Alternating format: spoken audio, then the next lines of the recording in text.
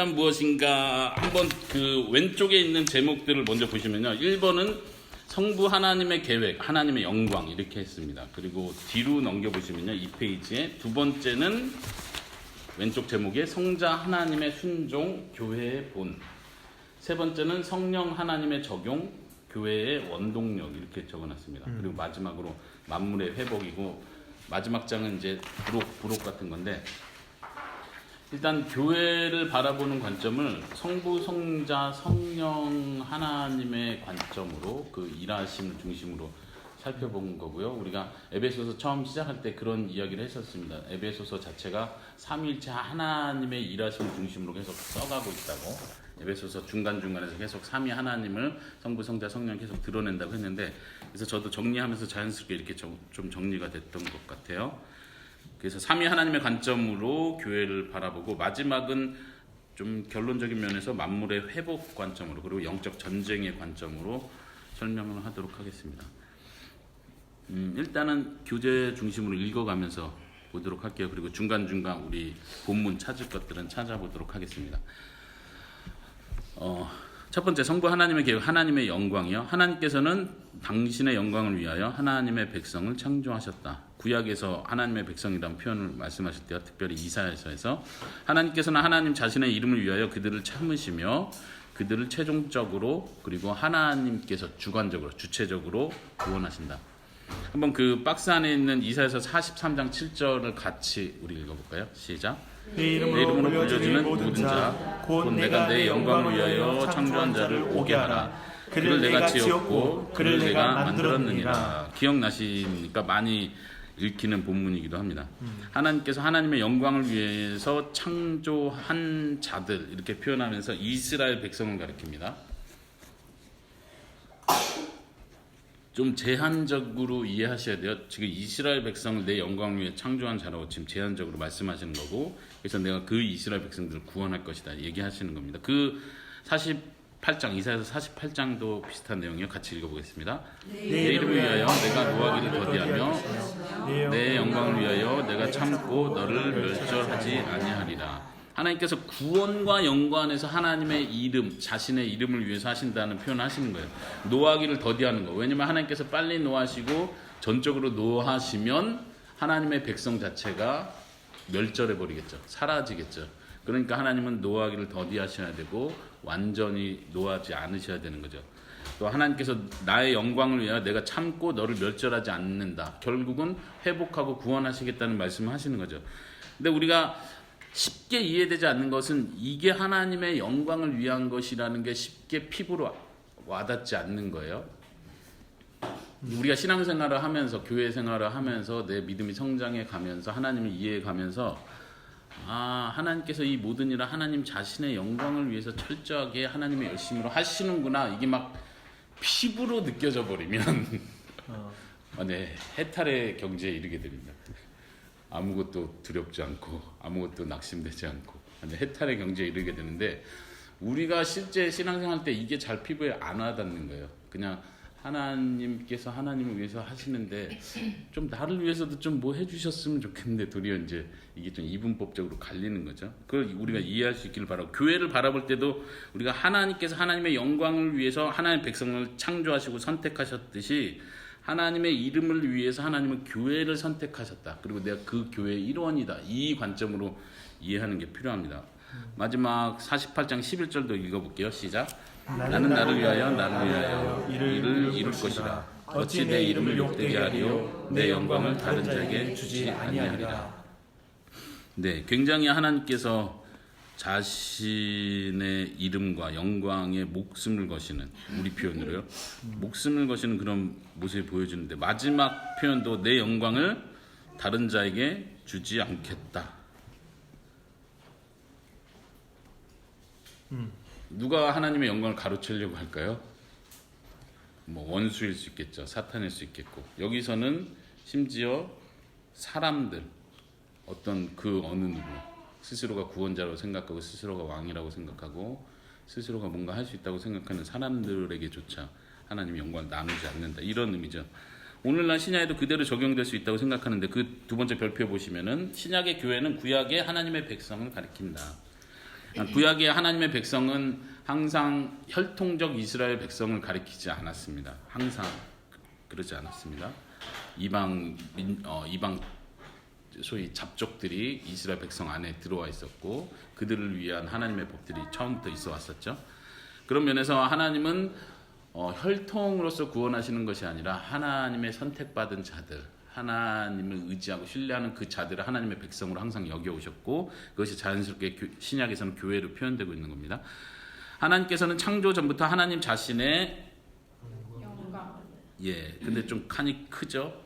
은혜의 영광을 위하여. 네, 에베소서 1장에 나오는 표현을 그대로 가져온 거예요. 은혜의 영광을 위하여 그것을 계획하셨다. 은혜의 영광이라고 하니까 은혜라는 개념도 강조가 같이 되고 있는 거죠. 하나님의 영광이 어떻게 드러나느냐, 하나님의 은혜를 보여줌으로써 영광이 드러난다. 이런 개념을 같이 생각할 수 있습니다. 그것을 위해서 계획하셨고 그것을 위해서 교회를 선택하시고 예정하셨다.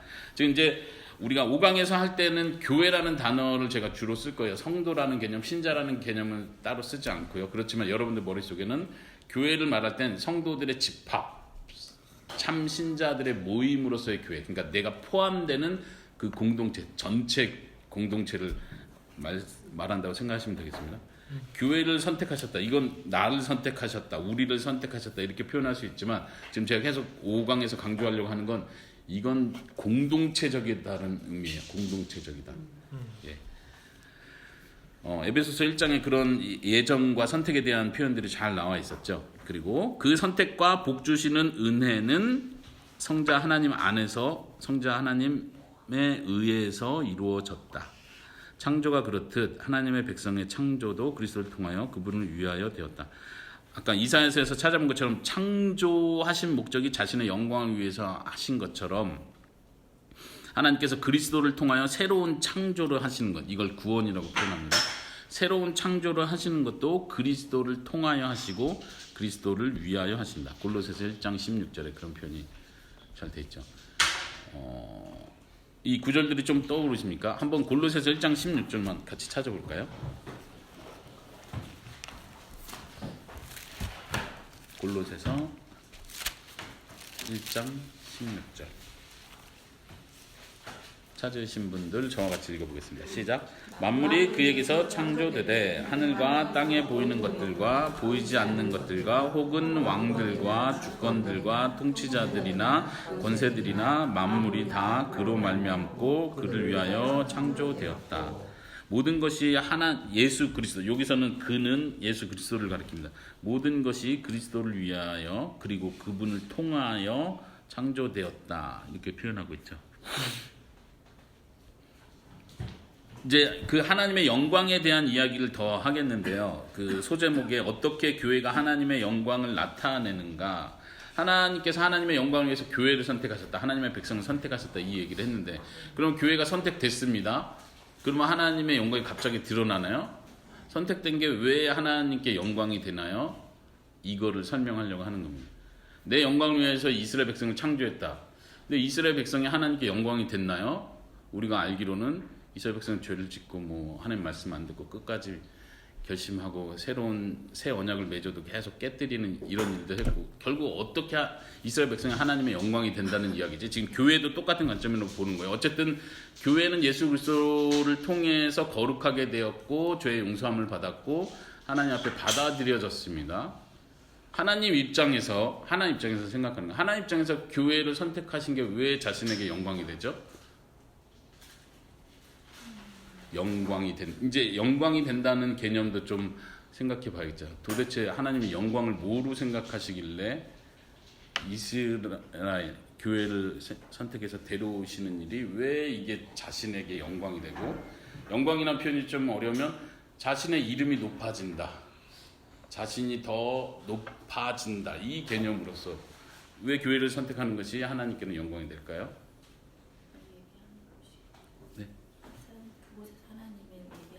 예배하니까 하나님 감사합니다, 찬양합니다, 하나님 최고예요 하니까 영광 받으십니다. 예, 그것도 포함됩니다. 아주 중요하게 포함됩니다. 그때 영광이 설명하실 때 네네. 하나님의 성품을 드러내는 것도 네. 영광이. 언제? 이 앞전에. 예, 아주 기억을 잘하셨습니다. 예, 그것과 연관을 시키려고 합니다. 하나님의 성품을 드러내는 존재로서, 공동체로서의 교회. 그렇다면 교회는 어때야 돼요? 어떻게 하나님의 영광을 드러내야 돼요? 우리가 할 일은 그렇죠. 예, 하나님의 성품을 드러내고 하나님의 사랑, 하나님의 공의, 용서 이런 하나님께 속한 성품들을 교회 공동체가 교회적으로 그걸 계속 드러낼 때 하나님은 영광을 받으시겠죠.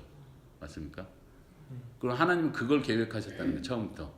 이스라엘 백성을 선택하실 때 아예 이 오합지졸들, 말 안 듣는 녀석들, 그리고 선택하시고 데려오시는데 그 목적 자체가 이 이스라엘 백성을 통해서 하나님의 성품이 드러나기를 원하셨던 거예요. 1차적으로는 은혜를 베풀므로써 하나님은 하나님의 영광을 드러내시겠죠.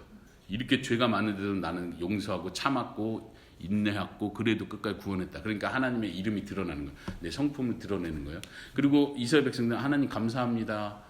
너무 하나님은 용서가 크시고 사랑이 많으세요. 이렇게 감사하고 그래 맞아 난 그런 존재야 이렇게 뿌듯해 하시겠지. 근데 여기서 끝나면 안 된다는 거예요. 왜냐하면 그 다음은 하나님이 실질적으로 이스라엘 백성이 하나님의 성품을 드러나는 존재로서 존재하기를 목표하신다. 교회도 마찬가지예요. 그래서 결국은 교회가 하나님의 성품을 계속 드러내는 역할을 해야 되는 거예요. 그 교회가 한다는 말은 교회에 속한 한 성도들의 삶이 성품이 그렇게 변화되는 걸 말하겠죠. 이제 그 성도의 삶이 변화된다 이 차원이 이제 우리가 다음 시간에 할 우리의 입장에서의 교회란 무엇인가가 되는 거겠죠. 하나님의 목적 차원에서 보겠습니다. 한번 첫 번째 볼게요.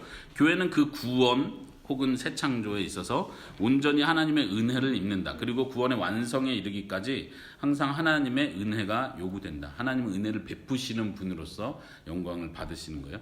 이 모든 복의 원천이 하나님이심을 드러낸다.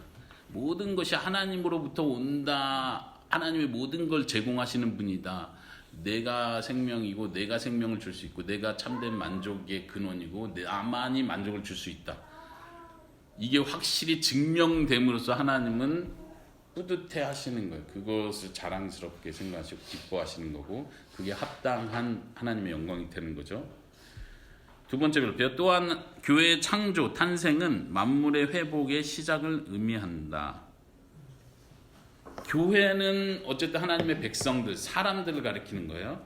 근데 교회의 재탄생은 이제 시작되는 것은 만물의 회복을 의미한다. 이해되십니까? 만물의 개념까지 가는 거죠. 그냥 사람만 구원하는 게 하나님의 목적이 아니고 사람에게서 사람을 통해서 하나님의 성품이 드러나는 것으로 만족하시는 게 아니고 만물을 통해서 이제는 완벽하게 하나님의 모든 위대함과 아름다움이 다 드러나기를 원하시는 거예요. 근데 그게 교회의 새 창조로부터 시작한다는 거죠.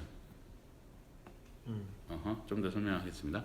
계속 가세요. 만물은 하나님의 아들들의 나타나심을 고대하며 그 온전한 회복의 때를 갈망한다. 로마서 표시해놨는데 그 부분 한번 찾아볼까요? 로마서 8장 19절. 이것도 예전에 복음 강의할 때 제가 찾고 설명했던 구절 중에 하나입니다. 한번 다시 보겠습니다. 로마서 8장 19절부터 21절 같이 읽어볼까요? 시작. 피조물이 고대하는 바는 하나님의 아들들이 나타나는 것이니 피조물이 허무한데 불복하는 것은 자기 뜻이 아니요 오직 불복하게 하신 이로 말미암음이라. 그 바라는 것은 피조물도 썩어짐의 종노릇한 데서 해방되어 하나님의 아들들의 영광의 자유에 이르는 것이라. 피조물과 하나님의 자녀들, 아들들 이렇게 비교를 하죠. 피조물들도 하나님의 아들들이 나타난다. 19절에서 하나님의 아들들은 천사를 가리킬 수도 있습니다. 근데 21절에서는 하나님의 자녀들의 영광, 이거는 우리 믿는 자들 분명히 가리키는 것 같아요. 그러니까 지금 피조물들도 막 갈망하고 있다. 의인법을 쓰는 거예요. 의인화를 하는 거예요. 어쨌든 피조물들도 하나님의 아들들의 회복의 때, 정말 해방의 때에 피조물들도 해방된다는 걸 말하고 이걸 의인화시켜서 피조물들이 이걸 막 갈망하고 있다. 그때 완성의 때를 기다리고 있다. 근데 그 완성은 그때 가봐야 될지 안 될지 아는 게 아니라 이미 시작된 거죠. 그 하나님의 구원 사역이, 회복 사역이 이미 교회를 통해서 시작된 거고 피조물은 그걸 고대하는 거고 우리들도 그 때를 기다리는 거고요. 그런 면에서 교회의 완성과 피조물의 회복의 완성은 같이 가는 겁니다.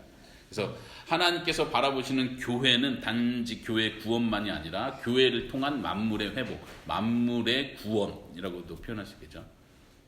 하나님께서는 그거를 보고 계시다.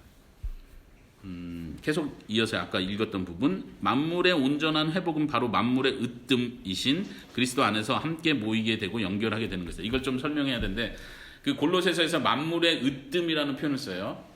교회의 머리시고 만물의 으뜸이 되려 하십니다. 이런 표현이죠. 그냥 교회의 머리로 끝나신 게 하나님의 예수님의 목표가 아니라 교회의 머리이시면서 이젠 모든 만물이 그리스도 중심으로 모임으로 만물의 으뜸이 되시는 게 최종 완성의 그림인 거죠. 만물이 회복되는 거를 위해서 우리가 할 일이 있나요? 교회인 우리가 할 일이 있나요? 환경부 운동 거. 예. 소식을 전하는 거? 예, 만물에게.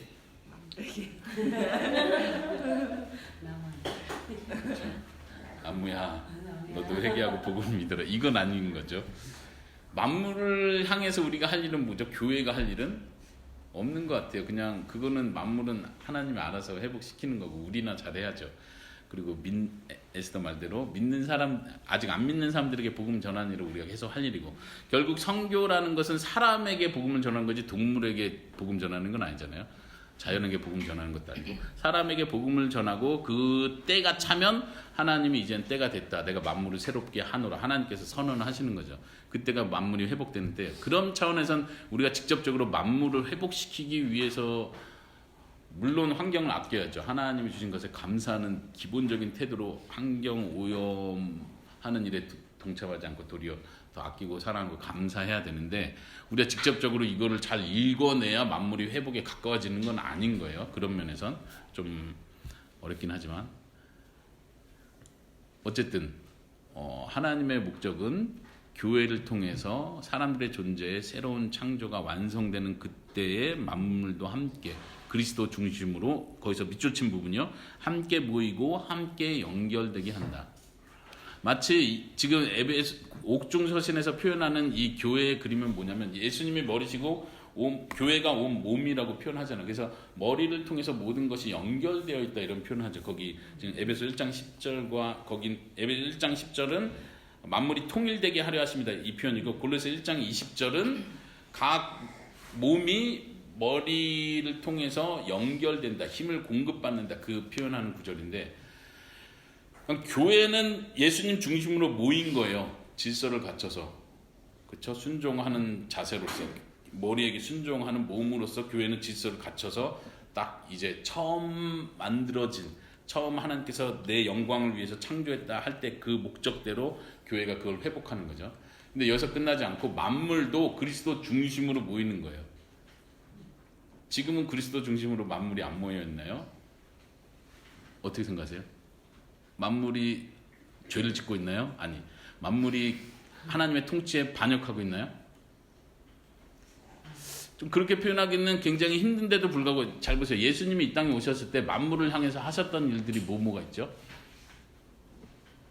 사람이 그리스도의 통치를 벗어나서 죄의 결과로서 나타난 모습은 병에 드는 거예요. 귀신 들리는 거고 문제를 일으키는 거고 불신의, 이걸 예수님이 공격하시고 치료해 가시죠. 만물을 향해서도 그런 일을 하셨나요? 그렇죠. 바다를 왜 꾸짖으세요? 물론 의인 화법으로 상징적으로 하시는 거지만 바다도 통치를 벗어나 있는 거예요. 지금 너가 감히 내 백성에게, 혹은 내가 잠자는 이곳에 너가 나를 어떻게 할 거냐, 잠잠해 꾸짖으시는 거, 말 그대로 만물을 향해서도 꾸짖는다는 건, 다시 말하면 만물이 질서 안으로 다시, 통치 안으로 다시 들어갈 때가 남아있다는 걸 의미하는 거죠. 그런 의미에서 그리스도 안에서 그리스도 중심으로 만물이 모인다는 이야기가 그겁니다. 그때가 언제예요? 마지막 때. 사람만 회복되고 사람만 새롭게 되는 게 아니라 만물이 새롭게 되고 만물이 다시 질서 안으로 들어오는 거죠. 하나님이 처음 사자를 만드실 때 저기 사슴 잡아먹으라고 지으셨나요? 하나님의 통치를 벗어나고 있는 거예요. 도덕적으로 죄를 짓는 건 아니지만 하나님의 처음 계획했던 그 질서를 벗어나 있는 상태인 건 사실인 거예요. 이거를 하나님은 회복하실 거예요. 그게 만물의 회복이에요.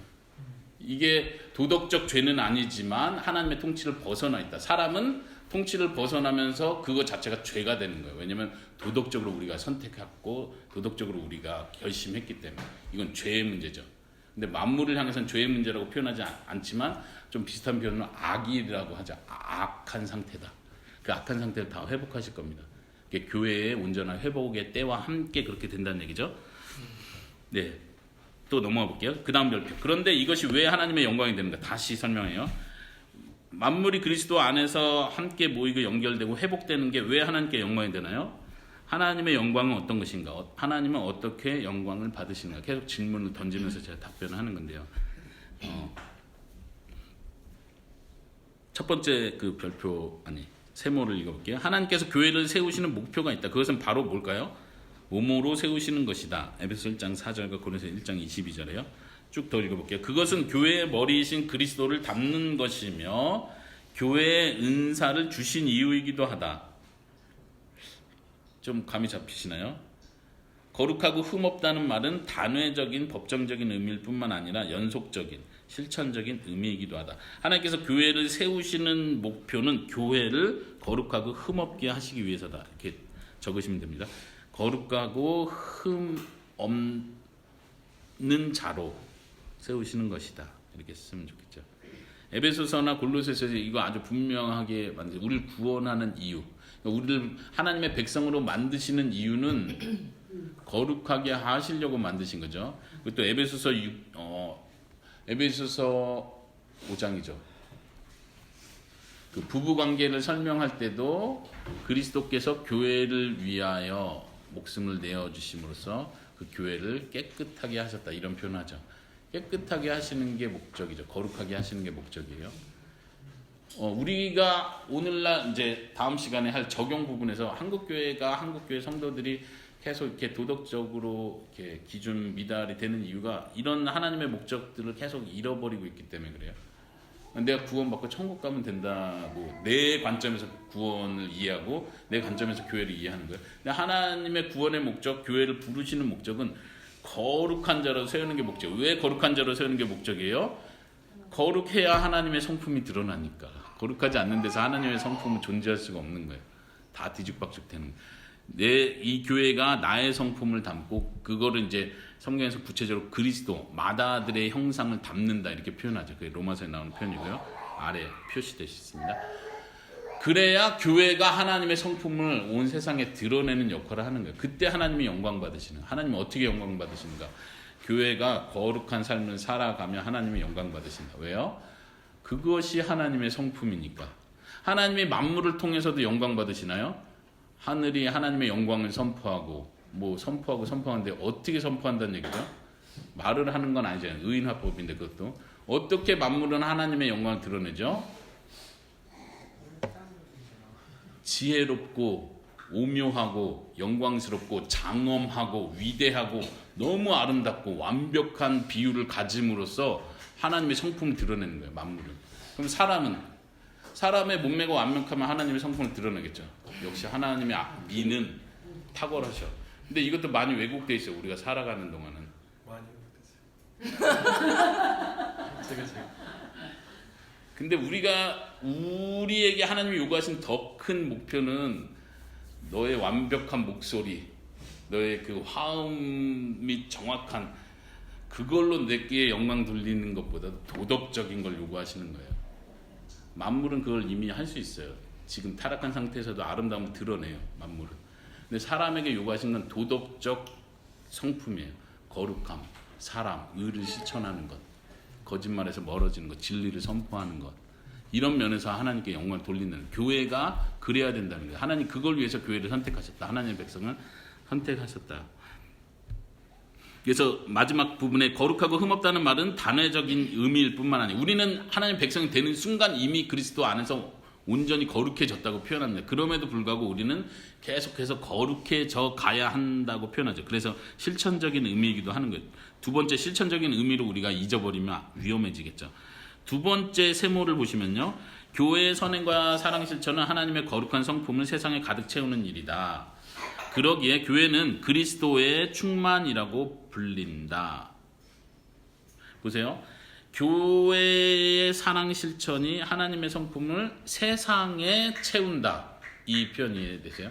우리가 이렇게 사랑의 실천을 하나님의 성품을 드러내면 이 세상에 하나님의 성품을 보게 되고 이 세상에 하나님의 성품이 채워져 가는 거예요. 그렇죠? 자연스럽게. 그러기에 교회는 그리스도의 충만인 거예요. 교회가 그리스도의 충만이라는 말은 교회가 이 세상에 하나님의 성품을 드러내는데 그 하나님의 성품이 곧 그리스도 자체이신 거예요. 그리스도의 충만이신 거예요. 교회가 하나님의 성품을 세상에 드러낼수록 세상은 그리스도의 충만으로 가득하게 되는 겁니다. 이것이 하나님이 원하시는 거예요. 태초에 하나님이 사람을 만드시고 아담과 하와를 만드시고 생육하고 번성하여 땅을 가득 채워라.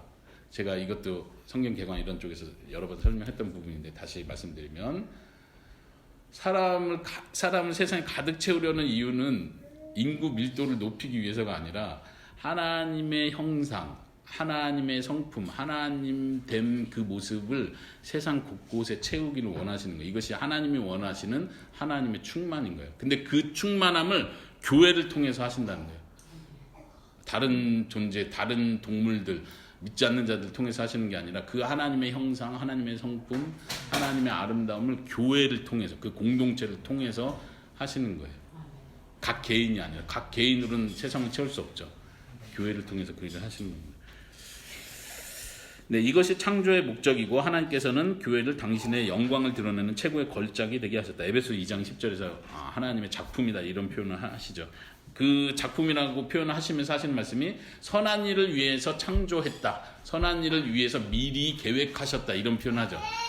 하나님의 백성은 선한 일을 위해서 부르심을 받았고 그 선한 일 자체가 하나님의 성품을 드러내는 거예요. 하나님께 영광이 되는 거예요.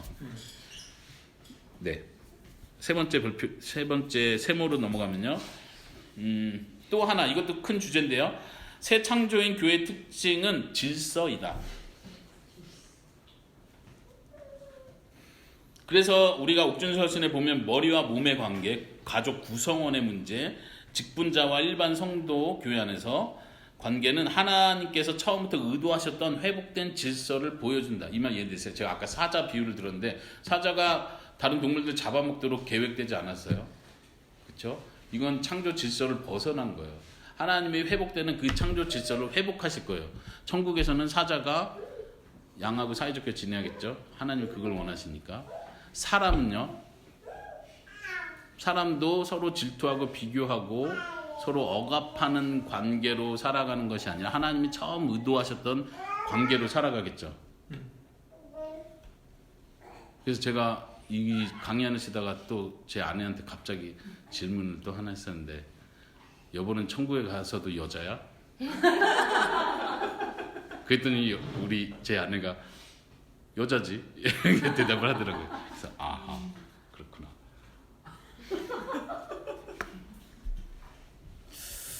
그러니까 좀 복잡해지더라고요. 그러면 에스더는 천국에 가서도 엄마 아빠의 딸인가?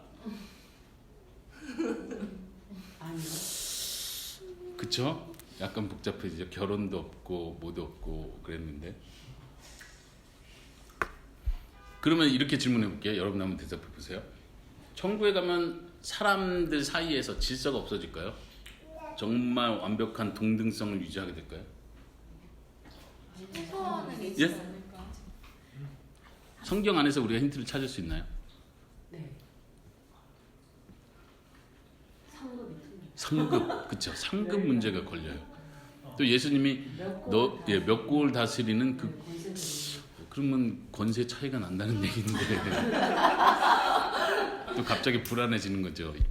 경쟁 사회를 벗어나고 싶어서 천국을 소망했는데 어쨌든 경쟁이 없는 질서 가능할까요? 네. 중요한 건 뭐냐면 여기서 우리가 받아야 될 이 질서 문제에서 중요한 건 뭐냐면 세상을 만들기 전에 질서가 존재했나요? 네. 네. 확실히? 어떻게? 세상도 없는데? 삼일천사. 예, 그게 힌트가 되는 것 같아요. 저도 그 생각을 했는데 창조 전에 질서가 존재했고 질서는 아름다운 것이고 질서는 하나님의 성품을 드러내는 거예요. 창세 전에도 예수님은 하나님 아버지께 순종하셨을까요? 네. 오, 이거 생각하면은 굉장히 전율이 오는 것 같아요.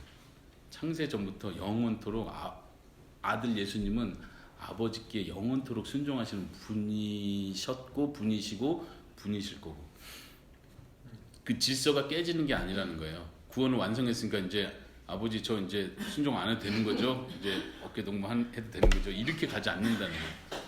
그게 굉장히 우리에게 시사하는 바가 큽니다. 우리 하나님께서 완성하는 만물의 회복에서 사람들 안에 질서를 회복하는 거예요. 우리는 너무 왜곡된 질서 가운데 살기는 부부관계에서 자꾸 순종하세요, 아내를 사랑하세요 이러면 계속 불만이 생기잖아요. 왜냐면 내가 받은 그 권위에 대한 상처가 있기 때문에 이 왜곡된 질서 속에서 살아가기 때문에 우리가 질서, 권위 얘기가 나오면 이게 막 억하 심정이 올라오는 거죠. 근데 질서는 하나님의 성품이에요. 이 왜곡된 걸 다 제거할 필요가 있는 거예요. 하나님께서 그 일을 하실 겁니다. 근데 그 모습이 우리가 왜곡된 질서, 죄의 결과, 죄의 원인들이 제거된 상태에서의 하나님의 온전한 질서가 어떤 것인가 라는 걸 상상해내기가 너무 힘든 거예요, 우리가. 근데 그건 너무 아름다울 것이에요. 그거를 사도 바울이 보여주기 위해서 부부관계를 설명하는 거예요. 부부관계를 열심히 설명하지. 예수님의 교회를 위해서 희생한 걸 봐라. 교회가 당연히 그리스도께 순종해야 되지 않냐. 그리스도는 머리고 머리는 몸을 보호하지 않냐. 몸이 머리가 보호하려고 하는데 그 몸이 제가 그때 그런 비유를 했었는데 안전띠를 매려고 하는데 머리가 야 조심해야지 안전띠 매. 근데 몸이 막 거부를 하는 거야. 싫어. 난 너에게 순종하기 싫어. 머리가 몸을 위해서 하는 거지 머리가 몸에 피해되게 하진 않잖아요. 근데 이게 부부관계에선 정말 와닿지가 않는 거. 왜냐면 남편이 나를 위한다는 생각 안 드니까. 왜 나만 시켜 먹어? 왜 자기만 머리야? 막. 이 왜곡된 질서 안에서 우리가 원본을 상상해내기가 너무 힘든 거예요. 그래서 사도 바울은 예수님과 교회와의 관계를 표현하시고 그리고 부부 얘기를 하면서 마지막에 뭐라고 해요? 내가 이 교회 신비에 대해서 말하면서 내가 교회와 그리스도에 대해서 말한다. 부부의 관계를 설명하면서 교회와 그리스도에 대한 이야기를 하고 있다. 이렇게 다시 설명을 하죠.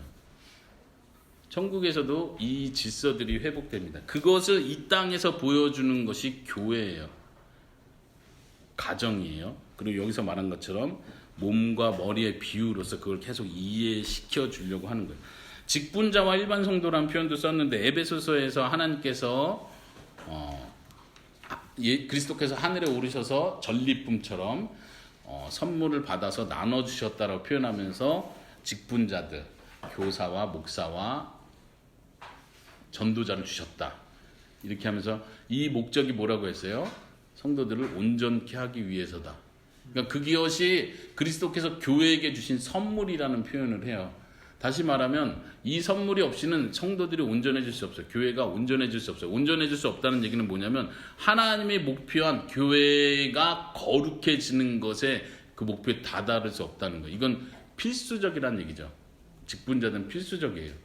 근데 오늘날은 이 질서, 아까 말한 부부관계에서 질서를 없애려고 하는 것처럼 교회 안에서도 이 질서를 없애고 싶어 해요. 왜 우리가 다 동등하고 우리가 다 하나님의 백성이고 다 왕같은 제사장이고 다 우리가 예수 이름으로 기도하는데 왜 목사님이 따로 있고 왜 직분자가 더 높은 위치처럼 우리를 다스리고 권력을 행사합니까? 왜곡된 권력, 잘못된 질서는 우리가 계속 파헤쳐 나가야 되지만 그렇다고 해서 이 질서 자체를 없애는 건 하나님의 성품을 제거하겠다는 것밖에 안 돼요. 교회 안에서. 이게 오늘날 교회론에서 아주 위험한 점 중에 하나로 생각합니다. 예전에도 말했지만 가정교회가 그걸 실천하고 있어요. 한국에 들어온 가정교회 말고 제가 캐나다에 있을 때 캐나다 그 선교사님들과 공동체 훈련할 때 말레이시아에서 온 선교사님이 있었어요. 아니 사모님이 말레이시아 분이시고 남자분은 캐나다 분이셨는데 결혼하셔가지고 이분들이 저희를 집에 초대했어요. 그러면서 이제 가정교회에 대한 얘기를 하는 거예요. 되게 오픈 마인드예요. 굉장히 이렇게 토론을 좋아하시고 제 의견을 충분히 막 들어주시는 분인데 한참 얘기를 하면서 가정교회를 설명하시더라고요. 자기가 가정교회에 대해서 엄청 공부를 하고 책을 많이 읽고 자기는 성경적인 이 틀을 다 갖췄다고 그러면서 막 설명해 주면서 물어볼 거냐 막 이렇게 토론을 오랫동안 했었는데 그분이 말한 가정교회 핵심은 뭐냐면 모든 성도가 동등한 거예요. 그렇기 때문에 누가 특별히 설교자가 따로 있는 것도 아니고 장로가 따로 있는 것도 아니고 치리가 따로 있는 것도 아니고 그런 의미에서 예배가 따로 있는 것도 아니고 다 해체된 상태예요. 그리고 우리가 같이 모여서 나눔을 하고 은혜를 나누고 그게 전도가 되는 거고 그게 예배가 되는 거고 우리 건물이 따로 필요 없고 우리 집에서 모이면 그게 교회고 저쪽 집에서 모일 수도 있고 너무 그냥 이상적인 상태를 가진 거예요. 근데 제가 말하는 그 질서 개념이 싹 빠지는 거예요. 교회는 분명히 성경에서 징계를 말하고 다스림을 말해요. 그 질서 자체를 제거할 수는 없어요. 예. 한번 거기 더 읽어볼까요? 질서는 창조 전부터 하나님의 성품으로 존재하던 것이며 하나님께서 만물 가운데 회복하기를 목표하는 것이다. 한번 골로새서 2장 5절을 찾아보겠습니다. 골로새서 거기 한번 적어놓으세요. 제가 거기는 체크를 안 해놨는데 골로새서 2장 5절에 어떤 표현이 있습니다. 이는 내가 육신으로 떠나 있으나 심령으로는 너희와 함께 있어 너희가 질서 있게 행함과 그리스도를 믿는 너희의 믿음이 굳건한 것을 기쁘게 봅니다. 여기서도 질서라는 단어를 강조를 하죠. 질서 있게 행한다. 이 질서 있게 행한다는 건 뭘 의미할까요? 교회 안에 질서가 존재한다는 걸 의미합니다. 직분자와 성도들과의 관계 질서를 얘기할 거고요. 분명히 골로새 지난번에 에베소서도 마찬가지지만 골로새서도 가족법이 있다고 했잖아요. 부부간의 관계, 자녀와 부모와의 관계, 그 다음에 주인과 종과의 관계가 다 가족법이라고 했는데 교회 안에서 질서 있게 행한다는 건 그 권위와 질서에 따라서 그대로 행동하는 걸 의미하겠죠. 뭐 밥 먹을 때 줄 서고 있다 그런 얘기가 아니잖아요. 성찬식 할 때 줄 예쁘게 잘 서고 있다는 얘기를 들었습니다. 잘하고 있습니다. 이 얘기가 아니 그런 질서가 아니고 이 권위와의 관계에서 여러분들이 순종할 자리에서 순종을 하고 여러분들 책임을 질 자리에서 책임을 질 수 있는 그 질서를 잘 행하고 있다는 거예요. 특히 이제 고린도전서에 가면은 고린도전서 14장 방언 이야기할 때 질서 있게 해라. 하나님은 무질서의 하나님이 아니다. 모든 일을 덕을 위해서 질서 있게 해라 할 때도 은사 활용에 대한 이야기를 하는 거죠. 교회 안에 직분자들 은사가 활용되는 거에 있어서 질서를 갖는 거예요. 그런 면에서 질서는 하나님께서 회복하시고자 하는 교회를 통해서 그 회복의 완성을 보여주고자 하는 아주 중요한 이슈다라는 걸 생각해 볼 필요가 있습니다. 자, 이 지금 한 이야기의 소제목은 어떻게 교회가 하나님의 영광을 나타내는가 한번 여러분들 생각해 보십시오. 하나님의 교회에게 원하시는 게 뭡니까? 질서가 회복되는 것을 원하십니다. 그리고 앞에서 얘기했던 건 우리 성도들이 하나님의 성품을 닮아서 예수님의 성품을 닮아서 거룩한 자로 사랑을 실천하는 자로 살아가는 걸 원하십니다. 네. 혹시 여기까지 질문 있으십니까? 도덕적인 네. 성품이라고 얘기했는데 네네. 우리가 예수님의 성품이 우리가 생각하는 사회에서 말하는 도덕적인 성품은 아니지 않습니까? 네. 예. 그런 도덕적인 성품을 얘기하는 게 아니고 예. 예수 그리스도의 성품을 그렇죠. 성경에서 말하는 그 예수님의 성품. 그쵸. 예. 예. 우리가 얘기하는 도덕적인 예. 성품은 예수님의 성품인 거죠. 예. 그것을 회복하는 게 우리 지금 있는데 그러면 아까 질서에 대해서 얘기하셨을 때 우리 가정 가운데서도 부모와 자녀 가운데서도 질서가 있어야 되는 거 맞잖아요. 네. 예. 그렇죠. 제가 아까 좀 새롭게 와닿았던 게 삼위일체를 설명하시면서 예수님이 처음부터 지금까지 하시고 하셨고 하시고 계시잖아요. 그러면 저희도 가정 가운데서도 이 질서가 분명히 부모와 자식 간에도 있어야 되는데 요즘은 그쵸. 사실 이 질서가 그쵸. 무분별한 느낌도 살짝 있어요. 예, 친구 예. 같아야 되는지 그렇죠. 약간 예. 헷갈리거든요. 이거 예. 친구 같아야 되는지 아니면 진짜 엄격하게 우리가 좀 부모와 자식 간의 권위가 확실하게 있어야 하는 건지 아니면 정말 개별적으로 아예 인정해 주면서 그렇죠.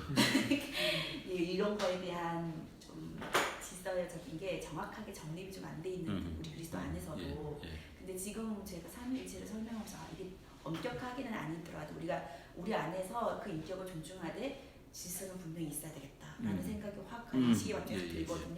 같이 가면서 이 두 가지가 어떻게 균형을 가질까를 계속 노력하는 거예요. 네, 부부 관계도 마찬가지고요. 순종과 사랑의 관계인데 이게 아까 말한 대로 왜곡된 상태에서 우리가 원본을 모르기 때문에 원본을 계속 찾아가는 거예요. 지금 이 세상이 말하는 순종도 아니고 세상이 말하는 권력도 아니고 부부 관계가.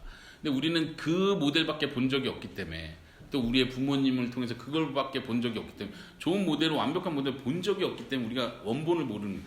부모와 자식 간의 관계도 그런 것 같아요.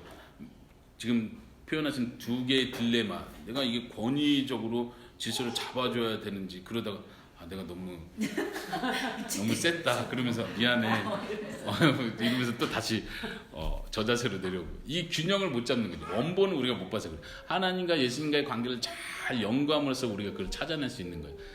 아내가 남편에게 순종하는 원본은 예수님이 하나님 아버지께 순종하는 원본이죠. 항상. 근데 하나님 아버지는 너무 완벽하기 때문에 순종할 만하신 분이고 내 남편은 완벽하지 않기 때문에 순종하지 만한 분이 못 되니까 그게 너무 갈등이 돼요. 자녀를 대할 때도 마찬가지예요. 내가 완벽한 부모가 아니기 때문에 내가 권위를 완벽하게 부릴 수 있는 자처럼 할 때 실수를 해버리는 거예요. 마찬가지로 자녀에게 복종을 요구할 때도 마치 이 자녀가 모든 엄마 말에 다 순종해야 되는 로봇 같은 개념을 생각했을 때 이게 왜곡될 수밖에 없겠죠. 그래서 아까 말한 대로 이 두 가지 좀 극단적인 면을 계속 균형을 잡아가는 다른 말로 표현하면 원본을 찾아가는 여행을 한다 생각하시고 우리는 완벽하게 못해요. 죽는 그날까지 완벽하게 못해요. 계속 이쪽으로 치우쳤다 이쪽으로 치우쳤다 계속 왔다 갔다 하면서 그나마 하나님이 좀 더 기뻐할 수 있는 성숙한 그 길로 가는 거죠. 결국에 예. 모든 것도 예수님이 오셔야지 그쵸, 질서가 그쵸. 마무리되고 예, 예, 질서가 예, 잡히듯이 우리의 모든 관계도 예. 죄성에 의해서 어쨌든 네 맞습니다. 균형 잡히지 못한 관계들을 우리가 맺고 있잖아요. 예, 예. 근데 그런 것도 예수님 오셔야지 모든 게 질서가 네. 잡혀간다는 네네네. 우리가 믿고 가야 돼요. 그 균형을 잡아가는 거 좌로 우로 치우쳐가면서 계속 균형을 잡아가려는 이 노력은요 우리 성화의 목표예요. 이거는 부수적인 여러 가지 중에 하나가 아니라 이거는 정말 막 온 힘을 다해서 이 균형 잡으려고 발버둥을 치는 건데 죽을 때까지 발버둥 친다고 했잖아요. 이 발버둥을 너무나 많이 쳐서 진짜 예수님 빨리 왔으면 좋겠다 싶을 정도로 발버둥을 쳐야 돼요. 그래서 예수님이 딱 오셔서 내가 균형 잡도록 도와줄게 하고 딱 해줄 때 막 눈물이 나는 거예요. 내가 이렇게 균형 잡고 싶었던 걸 이렇게 해주셔서 너무 감사합니다. 예, 그게 만물의 회복인 거예요. 관계의 회복이고 질서의 회복. 근데 방금 전에 그 네. 말씀 중에 한 가지 측면에 또 이제 균형적인 측면에서는 부모로서 부모 자신에 대한 완전함, 부족함을 느끼기 때문에 정당한 권위를 사용하는 것도 안 되는 것 같아요. 그 중에 한 면이 또 이 파이도 굉장히 큰 영역인 거예요. 난 부족하니까 너한테 내가 뭘 요구하겠어. 그러니까 이렇게 그쵸. 돼버리는 물러나 버리면 네, 물러나고 그 지점도 이제 균형이 좀 그렇죠. 나의 책임을 다해야 되는 게 부족하지만 나는 여전히 책임을 다해야 되는 거죠. 매를 들다가도 이 매를 들면 안 되겠다. 다시 이게 이 갈등이 순간순간 이게 정말 찰나의 순간. 계속 우셔야 돼요. 매를 들고 나서 우시고 또 안 들었기 때문에 또 울고 계속 울다 보면 주님이 우십니다. 또 눈물 닦아주시는 거예요. 계속 균형 잡으려고 노력했구나. 그게 너무 갈등이 너무 심하고 이러는 와중에도 들다가 하나님 이게 맞을까요? 이렇게 하는 게 맞을까요? 저것이 맞을까요? 수없이 많은 이 갈등 속에서 이게 내가 지금 제대로 가는 게 맞아? 나도 모호한 순간에 빠질 때는 가끔씩 이렇게 좀 다운되는 느낌이 예. 그래서 그 말을 하는 거예요. 이게 진짜 가장 큰 목표라는 걸 받아들이셔야 돼요. 이게 작은 문제로 내가 이것도 못하고 있는 애가 아니라 내가 가장 큰 사명을 수행하고 있구나. 이걸로 내가 발버둥 치면 보람이 있다. 이렇게 생각하셔야 된다고요. 이것도 못한 애가 아니라.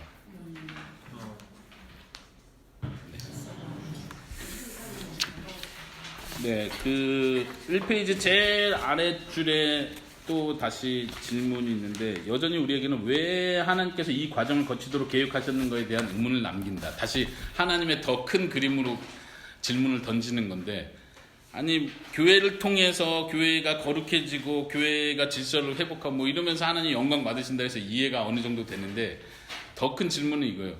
아니, 처음부터 그렇게 만드시지. 왜 눈물 나게 만드시나? 왜 이렇게 힘들게 만드시나?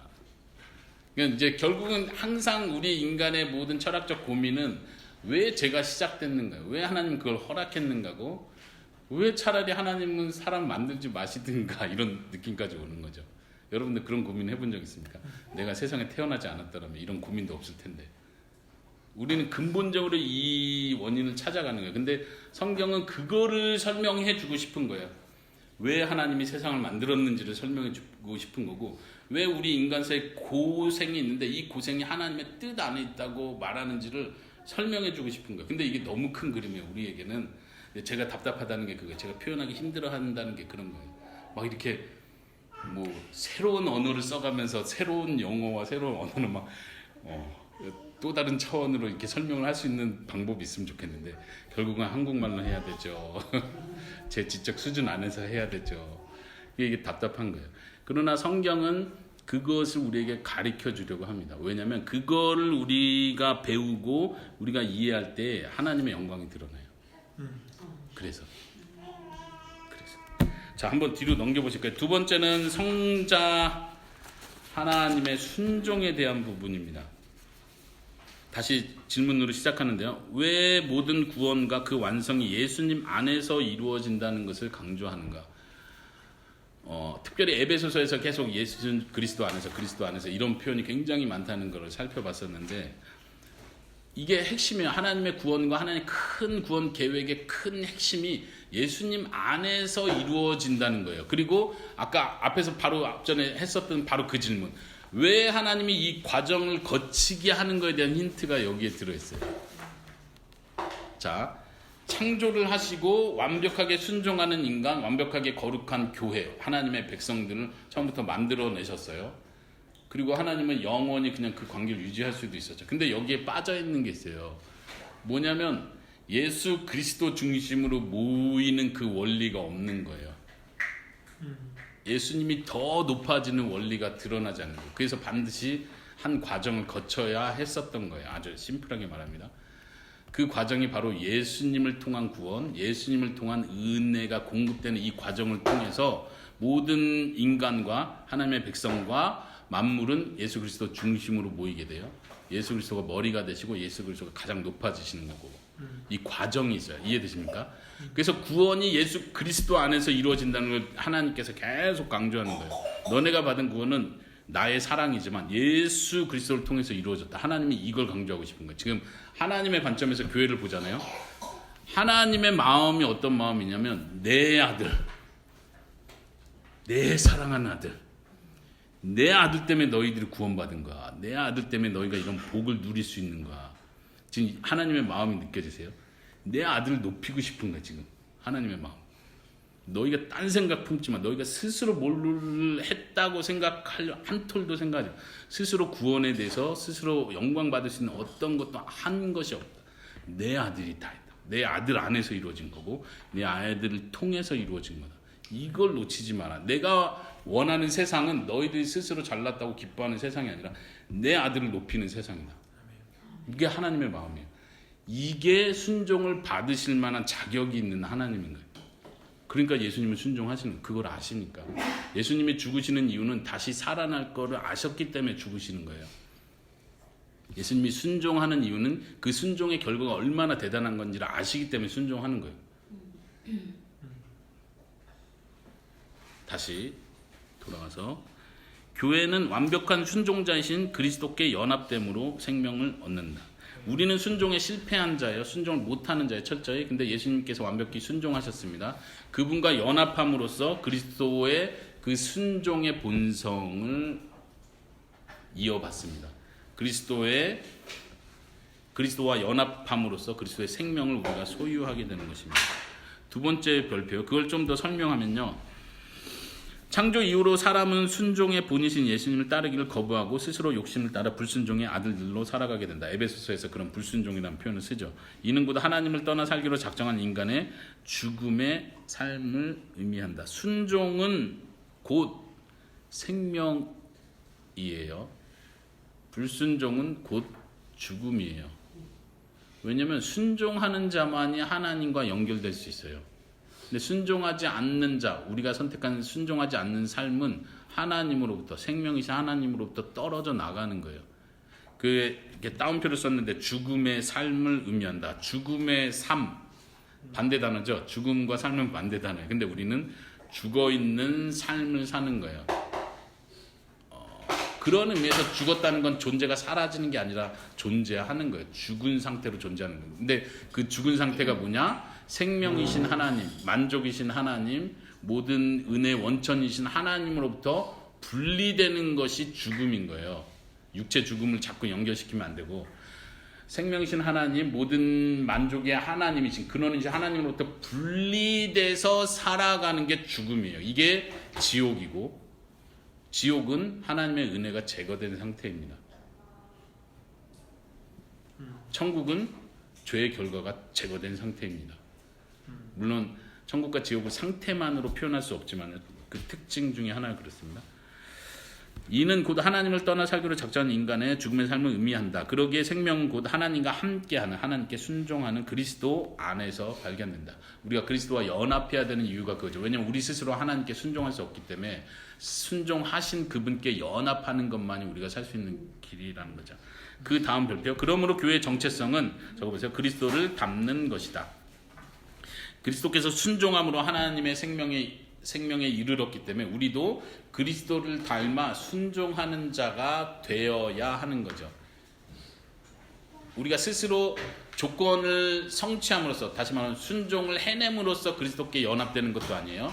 우리가 순종을 먼저 함으로 하나님께 가까이 가는 것도 아니에요. 이미 우리는 하나님의 선택을 받아서 그리스도와 연합됨으로 순종할 수 있는 자가 된 거예요. 그래서 우리의 정체성 자체는 그리스도를 닮아서 순종하는 거예요. 다시 반대로 말하면 순종하지 않는 자는 그리스도께 연합된 자가 아닌 거죠. 그리스도의 특징은, 그리스도의 본성은 순종하시는 거예요. 이것은 에베소서에서는 이렇게 표현하죠. 피차 순종하라. 교회에게 주는 중요한 그 에베소서 2장 1절에서는 불순종의 아들들이 되었다라고 말하고, 에베소서 5장에 와서는 서로가 순종하는 자들이 되어라 이런 표현을 하죠. 거기 빌립보서 2장 3절에서는 그리스도의 낮아지심을 설명하면서 나보다 남을 낮게 여기라 표현한 그 구절입니다.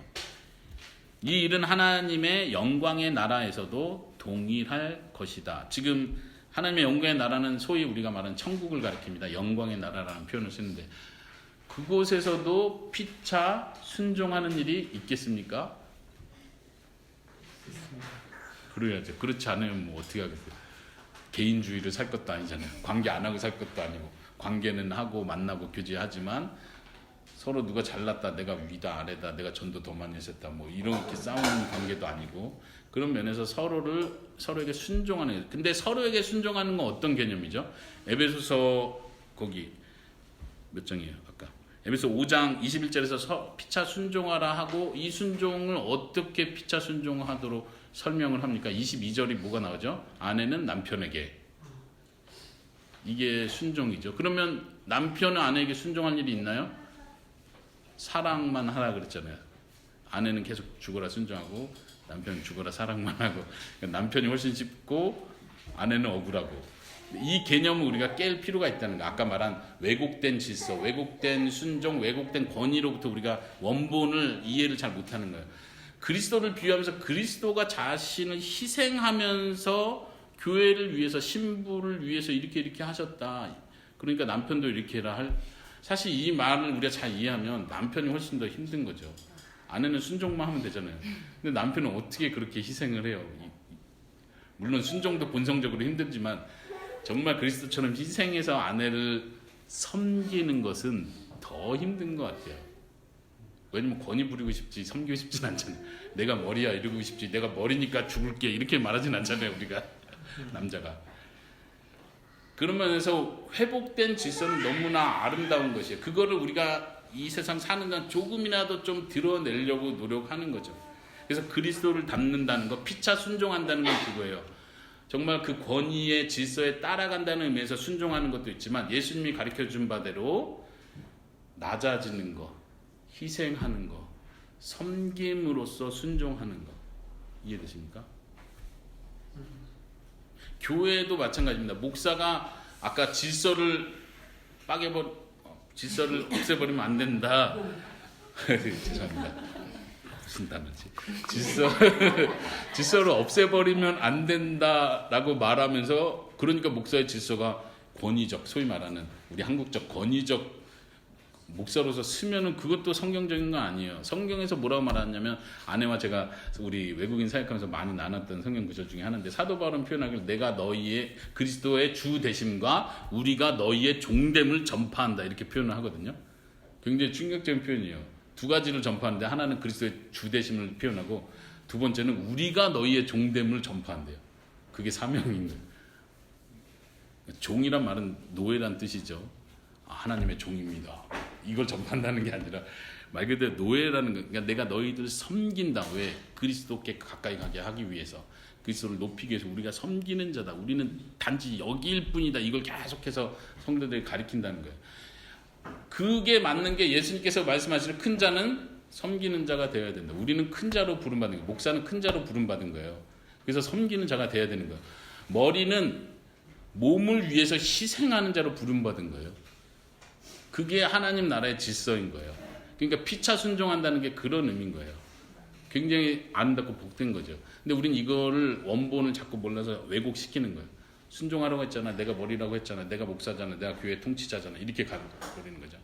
또 아래에 있는 사람들은 순종해야 될 위치에 있는 자는 네가 완벽하냐? 내가 왜 순종하냐? 이렇게 취급받는 거예요. 이게 지금 교회 안에서도 크리스찬 가정 안에서 계속 왜곡되는 형태로 나타나요. 부모와 자녀의 관계도 마찬가지겠죠. 더 읽어보겠습니다. 그 다음 별표. 하나님께서는 모든 만물에 맏아들이신 그리스도를 담기를 처음부터 계획하셨다. 로마서 8장 29절. 혹시 기억나십니까? 여기 한번 찾아볼게요. 로마서 8장 29절. 하나님께서는 처음부터 그리스도를 담기를 계획하셨다. 한번 어느 분이 찾으신 분 읽어주시겠어요? 네.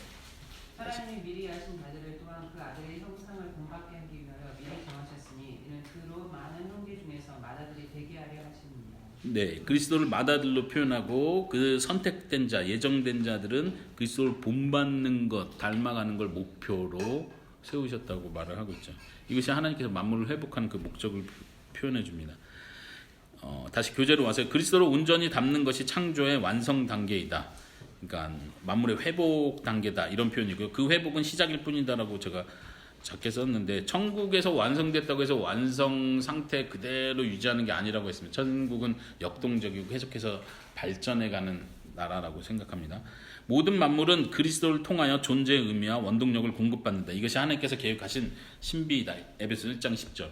만물이 하나님께서 만물을 통일하신다. 이 표현 다시 1장 10절의 이야기입니다. 이것이 하나님께서 처음부터 예정하신 계획하신 신비입니다. 그래서 사도 바울은 성도들이 그리스도의 사랑을 알아가며 하나님의 모든 충만함까지 충만해지기를 위해서 기도하는 것이다. 그리스도를 닮아간다는 것, 그리스도의 성품의 핵심은 사랑으로 항상 표현됩니다. 그리스도의 사랑을 알아가게 해주세요. 이런 표현들. 그리스도의 성품을 알아가게 해달라는 거고 그리스도의 존재 자체를 우리가 알아가는 것을 의미합니다. 이것이 어디까지요? 하나님의 충만함까지, 하나님의 모든 충만함까지.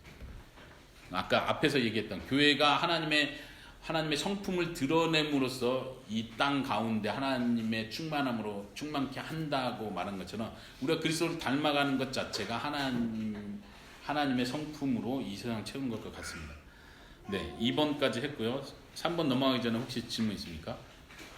네, 계속 좀 추상적이고 이론적이고 힘들죠. 네. 오늘 이론을 들으신 분은 다음 주 수요일 날 꼭 실천편까지 들으시기 바랍니다. 네. 세 번째, 성령 하나님의 적용, 교회의 원동력. 그 마지막 부분에 그런 표현을 했었는데 모든 만물은 그리스도를 통하여 존재의 의미를 발견하고 원동력을 공급받는다. 그런 표현을 했었는데 그 원동력을 공급받는 통로가 바로 성령님이십니다. 예수님께서 우리에게 원동력을 주십니다. 머리로서 우리에게 모든 에너지와 힘을 주시고 은혜를 주시면서 감당하게 하고 실제로 거룩하게 변화시켜 나가시는 그 원천이 되시는데 그 원천이 공급되는 통로는 성령님이신 거예요. 그러니까 성령님의 역할이 아주 중요하죠. 그래서 성령님이 적용하신다. 교회의 원동력이 되신다. 이렇게 표현할 수 있겠습니다. 그리스도를 본받는 자로서 혹은 다른 표현으로 빌립보서 표현으로 복음에 합당한 생활 혹은 에베소 표현으로 빛의 자녀로 살아가는 것은 철저히 성령님의 도우심을 필요로 한다. 사람이 하나님을 떠나 자신의 욕망을 살 때의 모습이 아닌 적어보세요. 성령님의 욕망을 따라 살아가는 것이 곧 새 사람의 모습이다. 새 사람. 자신의 욕망과 대비되는 표현을 일부러 쓴 건데 성령님의 욕망. 갈라디아에서는 성령을 따라 살아간다 이렇게 표현을 하죠. 로마서나 갈라디아서에서는 그리스도를 입는다, 그리스도로 옷 입는다 이렇게 표현을 하고 있고요. 하나님의 성품으로 충만할 수 있는 것은 오직 성령님에 의해서 가능하다. 에베소서 5장 18절에 성령님에 의해서 충만해져라 이런 표현을 제가 말했었죠. 의해서라는 표현을 저는 더 좋아하고요. 갈라디아에서는 이것을 성령님의 열매로 표현한다. 우리 안에 성령님의 열매가 드러나는 거죠. 왜냐하면 우리 안에 성령님이 일하심으로써 성령님이 우리를 사용하시고 우리를 움직여 가심으로써 우리의 삶 가운데 하나님의 성품, 성령의 열매 9가지 하나님의 성품이 드러나는 거예요. 예. 그것이 곧 성령님에 의해서 하나님의 성품으로 충만해지는 거죠. 그것이 성령의 열매로 드러납니다. 두 번째 별표요. 성령님께서는 믿는 자의 속사람을 강건케 하심으로 사랑을 실천하는 자로 만들어 가신다. 이것도 에베소서 3장의 사도 바울의 기도 내용에 나오는 부분이었죠. 속사람을 강건케 하여 주시옵소서. 그래서 사랑을 알아가게 하시고 그 사랑을 통해서 더욱더 하나님을 아는 지식에 이르고, 그 다음 성령님은 하나님의 영이시며 예수의 영이라 불린다. 그분이 믿는 자들 가운데 거하심으로 하나님의 성전을 만들어 가시며 하나님의 영광으로 교회와 만물을 충만하게 해 가신다. 실제로 그게 적용되는 부분, 성령님이 우리 안에 거하시고 우리 안에서 역사하심으로써 우리가 하나님의 성전이라고 불릴 수 있고, 그 일을 통해서 교회는, 공동체인 교회는 하나님의 영광으로 하나님의 성품으로 사랑을 실천하는 공동체로 충만해지는 거죠. 그리고 교회를 통해서 만물도 그렇게 충만해져 가는 겁니다. 하나님이 이걸 목표하시고 계획하셨습니다. 이걸 계속해서 성령님이 이루어 가신다는 것입니다. 진행 중인 거죠. 마지막 네 번째, 만물의 회복으로 좀 더 설명을 합니다. 계속 이어지는 설명입니다. 혹은 그 제목의 영적 전쟁의 승리라는 표현을 썼습니다. 하나님께서는 홀로 영광을 받으실 것이다. 하나님께서는 그리스도의 순종을 통한 구원과 그리스도를 담는 교회를 통해 하나님의 지혜를 온 세상에 선포하신다. 지혜도 하나님의 성품이죠. 아주 중요한 성품이죠. 만물이, 자연 만물이 하나님의 지혜를 드러내는 거죠. 사람의 존재 자체, 이 물리적 사람을 소우주 뭐 이렇게도 표현하죠. 하나님의 지혜가 그대로 드러나는 거예요. 사람의 의지, 지성, 감성, 이것이 통합체로서 드러나는 것도 하나님의 지혜를 그대로 보여주는 거예요. 누가 이걸 상상해낼 수 있고 계획해낼 수 있는 게 아니에요. 디자인할 수 있는 게 아니죠. 하나님의 지혜를 그대로 보여주는 거예요. 사람이 사람 자신도, 사람이 사람의 신체를 이해하는 것도 인간이 아직도 갈 길이 너무 멀다고, 알면 알수록 더 모르는 게 많다는 게 인간이 발견해 가는 건데, 사람의 신체조차도 사람이 이해할 수 없는데 하물며 사람의 영혼과 그 통합체로서의 존재, 그걸 만드신 하나님의 존재를 이해한다는 건 아예 불가능한 얘기죠. 그런 면에서 하나님의 지혜를 드러냅니다. 그런데 여기서 말하는 건 첫 번째는 구원을 통해서 그걸 드러내시고, 교회를 통해서, 그리스도를 담는 교회를 통해서 하나님의 지혜를 선포하십니다. 에베소서의 용어를 빌리자면 하늘에 있는 지배자들과 권세들에게 그것을 드러내십니다. 한번 여기는 다시 찾아볼 거예요. 에베소서 3장 10절이요. 중요한 구절이었는데, 에베소서 3장 10절.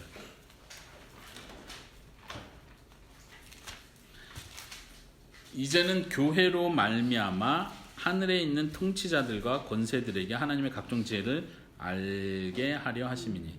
그 표현, 교회로 말미암아 하나님의 지혜를 알게 하신다. 이게 하나님께서 교회를 향한 목표예요. 교회를 향해서 뭘 하고 싶은 거예요? 교회를 사용해서, 교회를 도구로 사용해서 하나님이 하시고자 하는 목표가 있어요. 그게 뭐예요? 지혜를 알리시는. 누구에게 알려요? 이제 물론 이것도 신학자의 사이에 좀 이견이 있다고 했는데, 선한 영적 존재로 보는 사람들도 있고 악한 영적 존재로 보는 자들도 있고, 그 둘 다를 가리킨다 보는 신학자들도 있습니다. 어쨌든 하나님의 지혜를 영적 존재들에게 알리시는 거예요. 그 3장 21절로 쭉 내려와 보면요. 교회 안에서와 그리스도 안에서 영광이 대대로 영원 무궁하기를 원하노라. 하나님께 영광이 있는데 어떻게 해요? 교회 안에서, 교회를 통해서, 교회에 의해서 하나님의 영광이 드러난다는 얘기를 하는 거예요. 하나님이 교회를 세우시고 구원하셔서 교회를 만드시고 세워가시는 이유는 하나님의 영광을 드러내기 위해서요. 어제 제 둘째 딸이 엄마하고 밤에 상담을 했습니다. 저는 잤고요. 잤는데도 다 들었는데 중간만 은총이가 이런 질문을 해요. 아마 엄마가 잘 대답 못했던 걸로 기억하는데 엄마, 하나님이 영광을 드러내신다고 하는데 누구에게 드러내는 거예요? 맞아요? 예, 자다가 제대로 들었죠. 하나님이 영광을 드러내신다고 하는데 누구에게 드러내시는 거예요? 누구한테 드러내고 싶어 하시는 거예요? 하나님은? 그렇잖아요.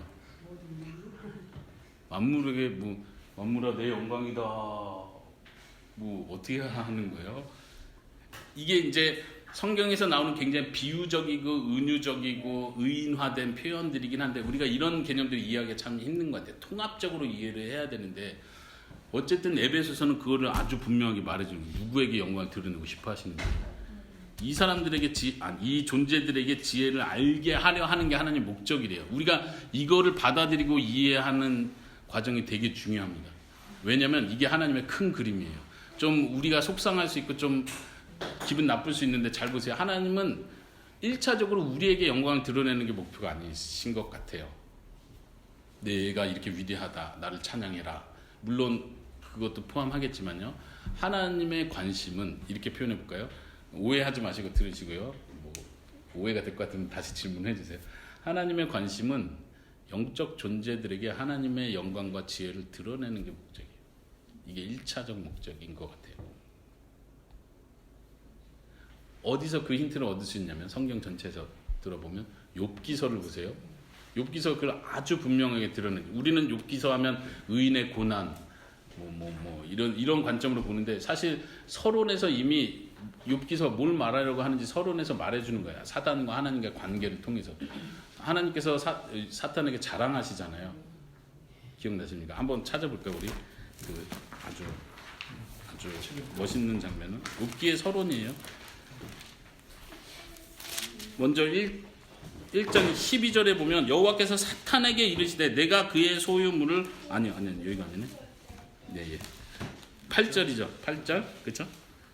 내가 내 종 욥을 주의하여 보았느냐 그와 같이 온전하고 정직하게 하나님을 경외하며 악에서 떠난 자는 세상에 없느니라. 이게 물론 의화시켜서 이렇게 대화로 극처럼 만든 거지만 이게 어떤 연극이라면 극이라면 굉장히 재밌는 좀 황당하면서도 재밌는 표현이에요. 하나님께서 사탄에게 자랑하시는 거거든요. 내 종을 봤니? 그러니까 사탄이 기분 나빠하잖아요.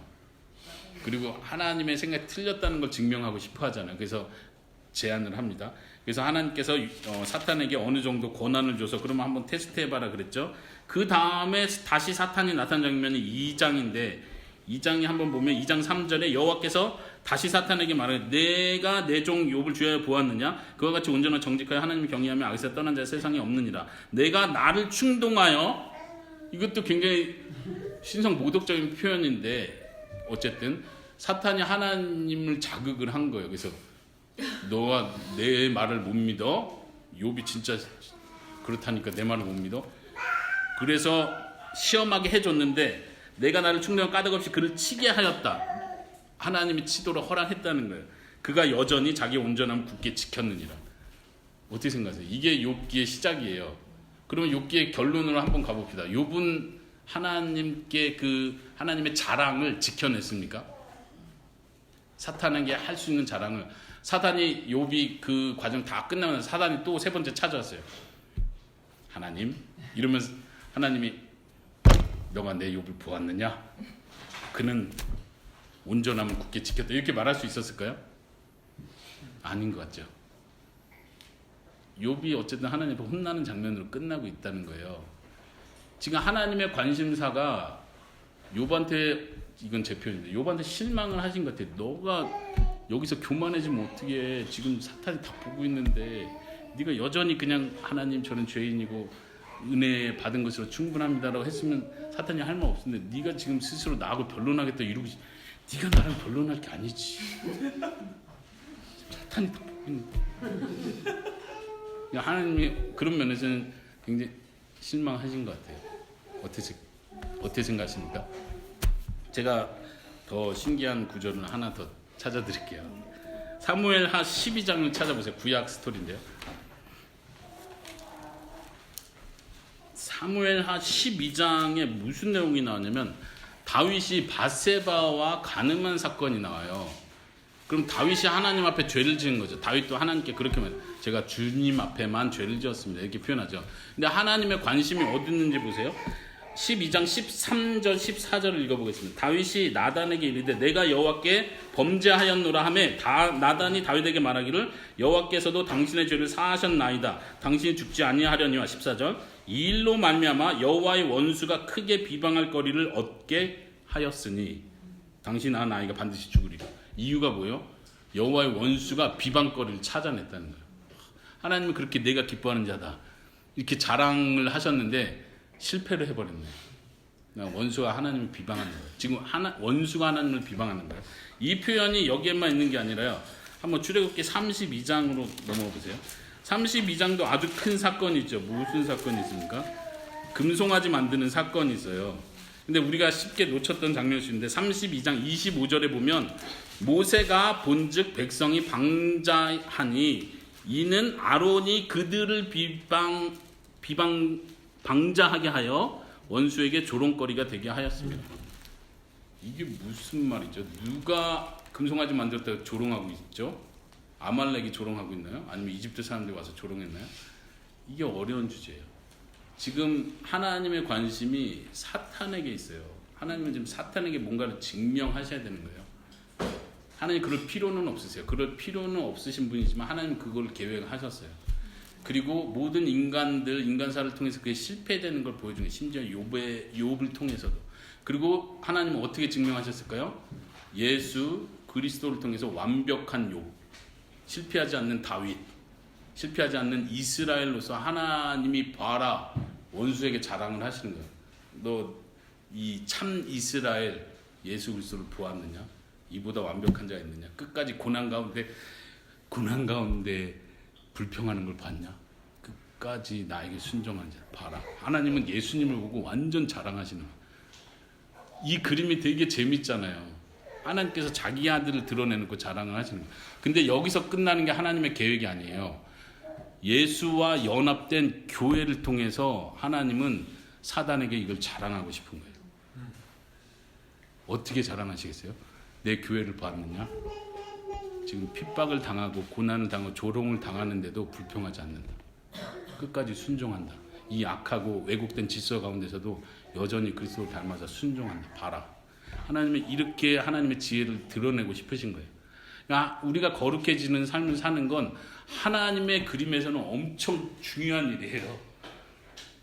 하나님은 너가 불가능하기 때문에 내가 예수 그리스도를 통해서 완성했다. 그리고 너가 그리스도와 연합함으로 그 영광을 누리는데 이 영광은 그냥 오는 게 아니라 그리스도와 함께 고난을 받는 걸 통해서 온다.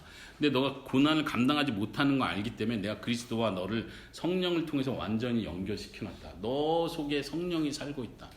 이 교회는 너 혼자 개별 각계 전투가 아니라 교회가 공동체적으로 가는 거다. 그리스도께 연결됨으로써 서로 연결하고 서로 가르치고 권면하고 서로 피차 복종하는 가운데 이 사랑의 힘을 계속 키워가는 거다. 이게 내 계획이다. 이게 내 지혜다. 난 이걸 사단에게 자랑하고 싶다. 자랑한다. 그리고 천사들도 그 하나님의 계획을 흠모하는 거예요. 하나님이 이런 놀라운 계획을 가지고 계셨구나. 상상도 못한 일을, 하나님의 아들을 죽이시는 일을 통해서 이런 걸 계획하시다니. 이게 하나님의 영적 전쟁이에요. 영적 전쟁은 하나님 영의 세계에서 일어나고 있는 일들이에요. 우리는 그 속에 그냥 있는 거예요. 우리의 행동 하나가 하나님의 보실 때는 사단의 조롱거리가 되기도 하고 사단 앞에서 자랑거리가 되기도 하는 거예요. 근데 하나님은 이거를 실패하는 지는 게임으로, 지는 전쟁으로 시작하지 않으셨어요. 하나님 처음부터 이길 계획으로 하셨고, 사단으로부터 조롱을 받으시는 것을 계획하셨고, 자신이 사단으로부터 조롱 받으실 것까지도 감당하셨고, 자신의 아들이 사단으로부터 고난과 핍박과 멸시 당할 것까지도 다 계획하신 거예요. 근데 그렇게 하시는 이유가 뭐예요? 그걸 통해서 하나님이 극치로 올라가는 걸 계획하시는 거예요. 이게 하나님의 계획이에요. 하나님의 계획이 어마어마한 거예요. 우리가 이 하나님을 못 받아들이면 화가 나는 거예요. 왜 하나님만 높아져? 뭐야, 나 그런 하나님 정말 싫어. 싫어하든가 그분 앞에 완전 굴복하든가 둘 중에 하나가 되는 거예요. 하나님은 철저하게 자신의 영광을 위해서 모든 일을 하고 계신 거예요. 그리고 그 가운데 우리에게 복을 부어주려고 하는 거예요. 내가 너에게 모든 신령한 복을 다 부어준다. 왜 그런지 아냐? 너네가 거룩해져야 된다. 그래야 내가 영광 받는다. 난 그걸 계획했다. 처음부터 그걸 위해서 너희를 구원한 거다. 너희는 선한 일에 열심을 내는 내 백성이 될 것이다. 이스라엘에선 실패한 것 같았지만 나는 처음부터 예수 그리스도를 계획했고 그 예수 그리스도를 통해서는 반드시 이것이 이루어지게 돼 있다. 지금 힘든 것 같고 지금 실패하는 것 같지만 여기가 끝이 아니다. 나는 만물의 진짜 회복을 계획했다.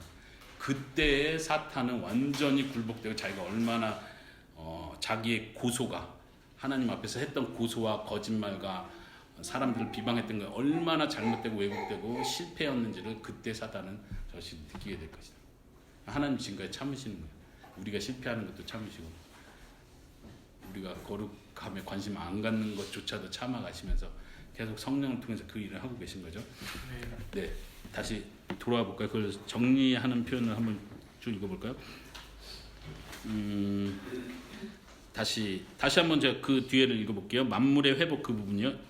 하나님께서는 홀로 모든 영광을 받으실 것이다. 하나님께서는 그리스도의 순종을 통한 구원과 그리스도를 닮는 교회를 통한 하나님의 지혜를 온 세상에 선포하신다. 에베소서의 용어를 빌리자면 하늘에 있는 지배자들과 권세자들에게 드러내신 것이다. 넘기셔서요. 3페이지. 오늘 4페이지는 안 하고요. 3페이지까지만 하면 될 것 같습니다. 그리스도의 승리는 역설적이다. 이것이 하나님의 지혜인데요. 역설의 지혜인데요. 죽음으로 죽음을 이기시는 역설. 가장 낮아지심으로 가장 높아지시는 것, 섬기는 자로서 가장 큰 자가 되는 것, 이것이 그리스도가 드러낸 승리의 비결이에요.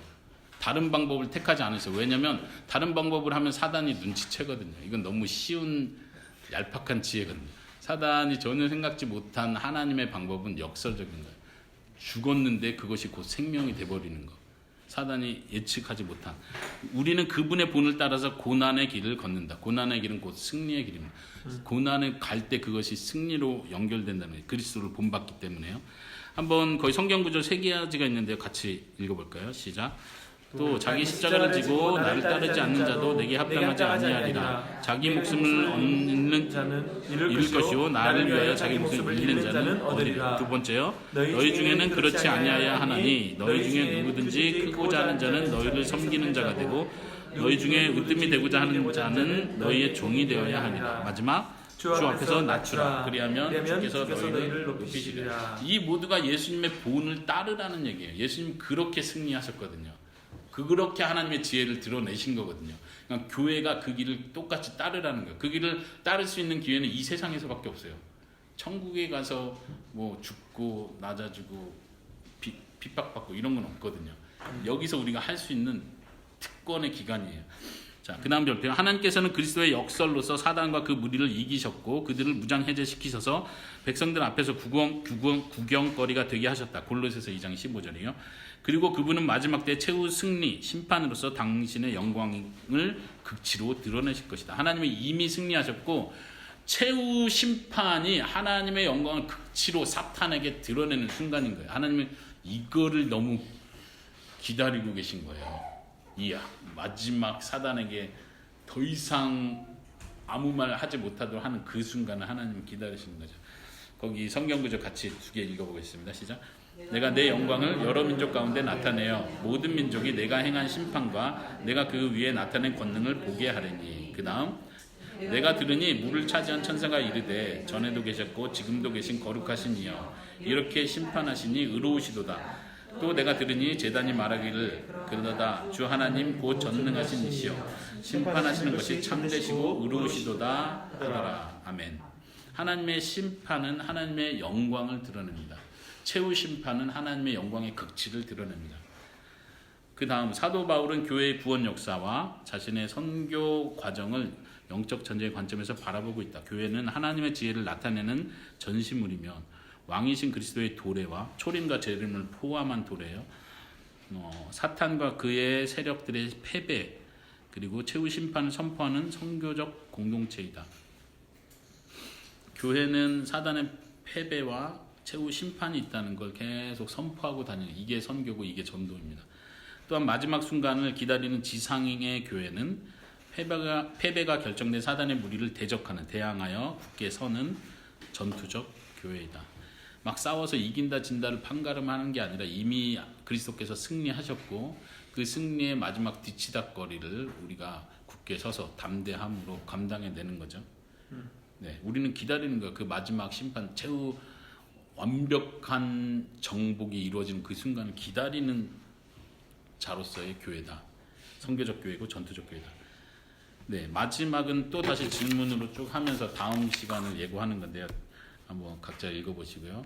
또 뒷면에 나오는 것도 선교와 연관돼서 질문을 또 여러 개 달아놔봤습니다. 이건 다음 시간에 이 부분 이어서 우리가 그래서 어떻게 살아야 되는가를 더 이야기하면 좋을 것 같습니다. 그리고 아까 박윤희 목사님 잠깐 얘기했는데요. 제가 다음 시간에 총정리하고 끝내도록 하겠습니다. 본래 7주였는데 6주로 끝내는 걸로 하겠습니다. 왜냐하면 다음 주에 우리의 실천적 과정을 하고 제가 7주에 계획했던 건 그럼 나주 혁신교회에서 어떻게 적용할 수 있는가 부분이었는데 그거를 다음 시간에 같이 묶어서 하면 좋을 것 같아요. 그래서 다음 시간까지 꼭 빠지지 마시고 나오시고 마무리 잘 하셔야 되니까.